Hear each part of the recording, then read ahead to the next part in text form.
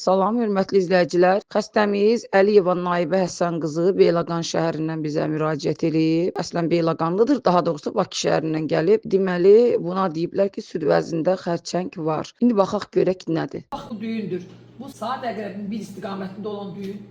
Kürəvari düyün. Saat əqrəbinin 3 istiqamətində olan düyün. Bu sağ süd vəzidir.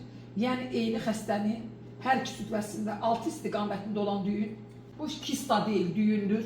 Saat əqrəbinin 7 istiqamətində olan. Saat əqrəbinin 8 istiqamətində 1, 2, 3. 3 ədəd düyün saat əqrəbinin 8 istiqamətində. Amma xoşbəxtlikdən düyünün içərisində nə kaysinat yoxdur, nə də bunların qanlanması yoxdur. Bu o deməkdir ki, bu xoş xassəlidir Allahın köməkliyi ilə. Və bunun səbəbini də tapdıq. Bax, görürsünüzmü? Düyünə bax.